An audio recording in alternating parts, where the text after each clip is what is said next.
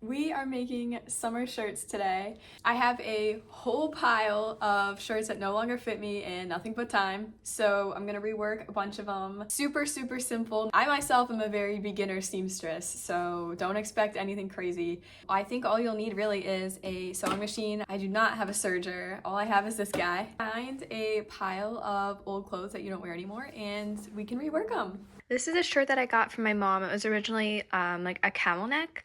So I just straightened it out, and then all I'm gonna do is sort of cut from maybe here to here, and I'm gonna cut down to where my armpits are gonna fall, and then I'm just gonna cut the back. I'm just gonna cut straight across. It really does not matter how well this top part is cut, because that's where you're gonna put the little like knot.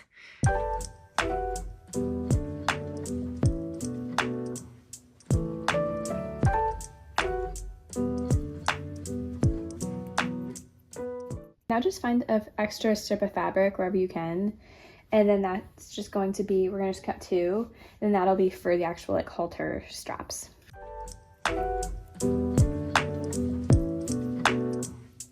So I have my two pieces. It's the next day. This is going to be the back, and then this is going to be the front. I put little clamps here. I'm going to make my stitches on the inside. So this will be like the front panel, like armpit kind of stitch, and then this will be the back panel stitch. And then I just have the two, I seem to have misplaced my two halter straps, but I'll find them. I'm just gonna sew like a straight seam right where these clips are. Now I have my like halter top part, and then I have my back panel. So now I'm just going to match them like backwards, and then I'm going to sew them like that, and then these will be the two side seams. Finish those seams, and now we have kind of a working proto. So this is obviously the back, and then this is our front piece. So I'm going to take those two pieces that I cut off earlier, and then like depending on the shirt that you're using, it may just be long enough that you don't have to do this part, but I'm going to just sew them together so it actually like fits around my neck. And I'm gonna cut a piece like maybe this much of a piece, and then that's what I'm gonna use to wrap the knot. So I'll show you. So that'll be the knot. And then I'm gonna cut off the seam so it's easier to sew it. And then I'm just gonna run the sewing machine really quick and stitch that together. Stitched the two together, and then I just put a stitch through the whole thing, and now I'm gonna like flip it inside out, which is such a pain in the butt, but it'll look a little bit nicer. So I flipped the strap so it's the right side out now, and now I'm just clipping where I want the halter strap to sit, to be a little bit lower, so that way when I like knot everything together, it doesn't like choke me out. It's gonna be kind of something like that.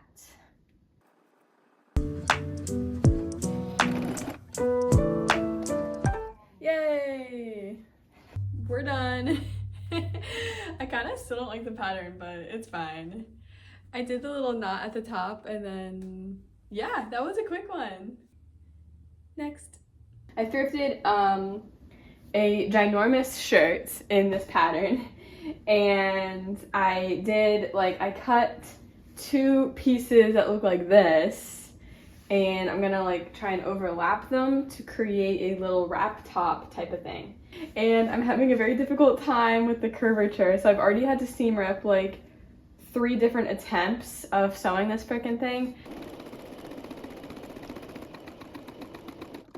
So I have to go to bed, but I just wanted to say 2 things really quick.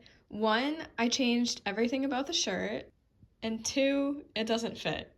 So I have to fix that tomorrow. So yeah, so this is a shirt I made last night. I actually like how it turned out. It's very basic. It doesn't fit well because it's just kind of loose and like in the back, and I'll show you. I just tucked the shirt into the top of my cami so that way it doesn't keep falling down. I got this like turning tool, and I don't know how exactly you do it, and of course there's like no instructions, but you like somehow feed it through the bottom of like the strap that you sew, and then you like can pull it out the other end. It's supposed to make it really easy to make those spaghetti straps. because I was brainstorming how to take in the back, I thought the simplest way would be through shirring, which I've done once, and you just do single stitch from what I remember. So I hope that it works out, but I'm gonna try that now. All you need to do is thread just the bobbin, so you don't need to thread this part. And so just grab an empty bobbin. And this part kind of sucks, but you have to do it like by hand. You can't use the automatic one. And then just thread your bobbin through like you normally would.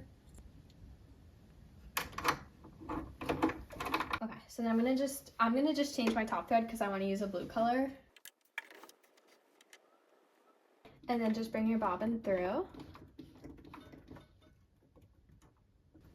And then that's like low-key it. So now you're ready to sew. And I'm just gonna use a single stitch. I'm just gonna check to see what tension I need because I'm not sure if it's gonna need to be tighter or looser or whatever. So to test the tension, I'm just gonna use a scrap piece of fabric that's the same material, so that way I know like what it's gonna be like.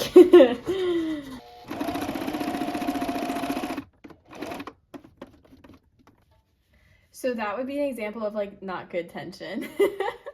So I probably need to fix it. I finished messing with it and I just adjusted the tension and then I rewound the bobbin to make it just tighter. And now this is better. So this is the actual seam that we want where it goes straight through. Obviously, just something to note, the part that has the elastic you obviously want on the inside of your shirt. And then this is what it'll look like on the back.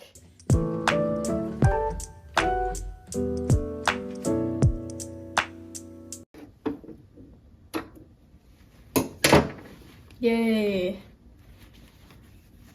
So that's your seam number one. So then just kind of like repeat. So now the fabric is like all bunched up, so it's like hard to keep it straight.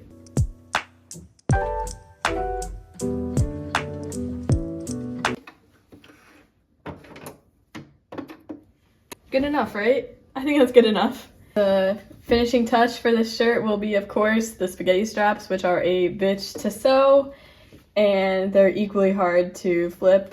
So hopefully my new device helps me. Oh God, I just hate doing these. Let's try and flip them. So this is the tool. And you're supposed to be able to just like,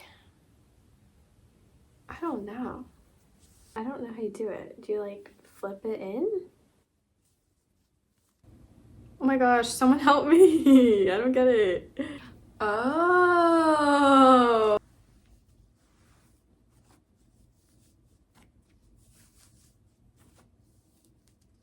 Got it. Okay, that tool is finicky at best. I thought that was gonna be like a game changer, but I mean, it's better. It's definitely an improvement, but I don't know. It's still a weird tool. Anyways, I got both now. So I'm just gonna attach these, which I'm hoping will be relatively simple, to my shirt, and then I'm actually done with my shirt. Here's the back. I like this one. I really like this one. I actually have something a little bit exciting for my final project, and it's gonna be my biggest one yet. I went to Michael's and I bought this elastic. This was $5 for this gigantic dress that I thrifted, and I will be turning it into a two-piece set. I'm gonna use that skirt that I already own, and I'm gonna just copy how they made it. And then for the top, I am low-key gonna wing it. There's actually pockets here that I wanna preserve. So I'm gonna cut really high up here, and then I might do this with a cinch and then add like a ruffly like top part. And I think that's gonna be cute.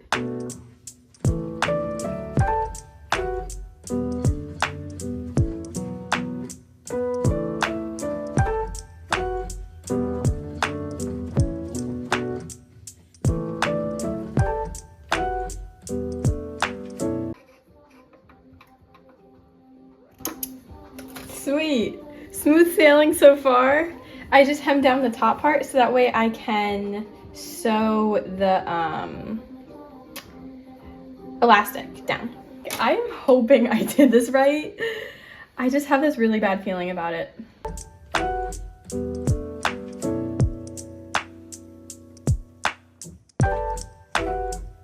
my gosh! I can't believe I did that. That was honestly like my cleanest seam ever. Plus it had the elastic. I can't believe I did it.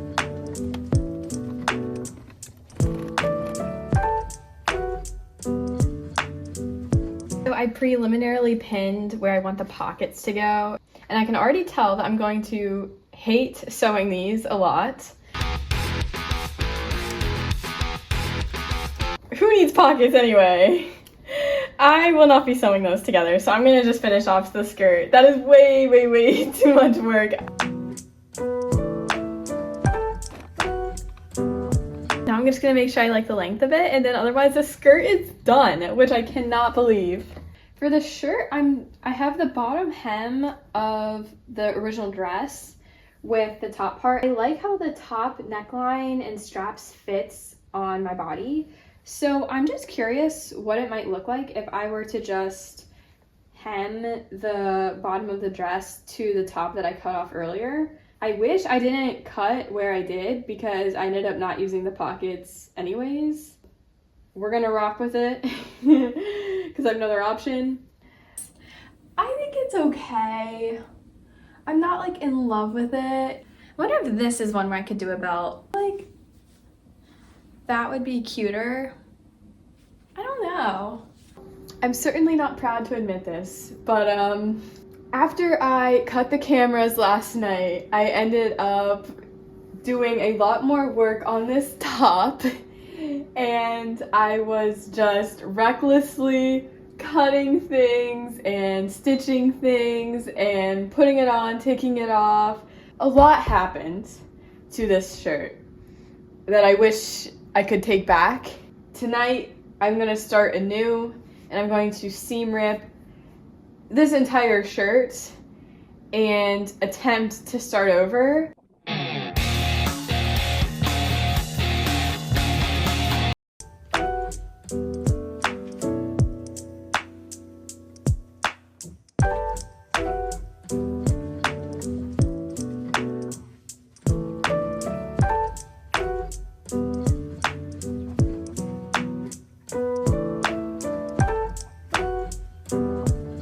There's a few sewing errors. If it fits well, I'm satisfied and I can call it a night. It looks a billion times better than the first one I made. This is like tailored, it fits. There's a ton of bad sewing seams, but the vibe is right. I think I could wear this in public. The back looks better than the front. Like, there's definitely, like, this is really bad. This is really bad. And then similar on this side, like, there's some weird puckering up here, which is bad. And then, like, let me try it with the skirt. I think it's cute. I think I could wear this in public. That'd be very late at night in a very dark venue, so if people can't see the shirt too closely. But from afar, I think it photographs well.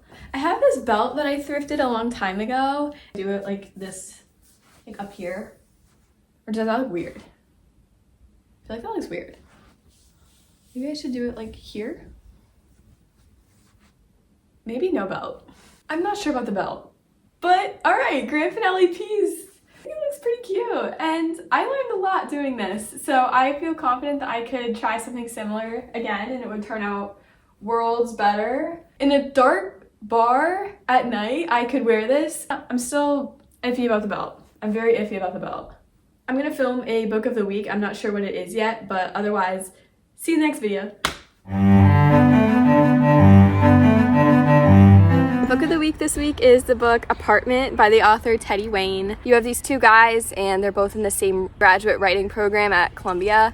One of the roommates, he's sort of lonely, he doesn't really have many friends, but he has a lot of money. And then the other roommate, he doesn't have much money at all, but he is very popular socially and he's super likable and he's super talented. And you kind of see that really interesting dynamic between a guy who has money but no social pool and a guy who has a lot of social pool but no money, and how they kind of give and take from each other and end up hurting each other. It touches on that theme of like, do I want this person or do I want to be this person? And I think the most unique part about it is the fact that it's between two guys. That idea of like two women who hate each other but also like are jealous of each other. I think that has been explored a lot already.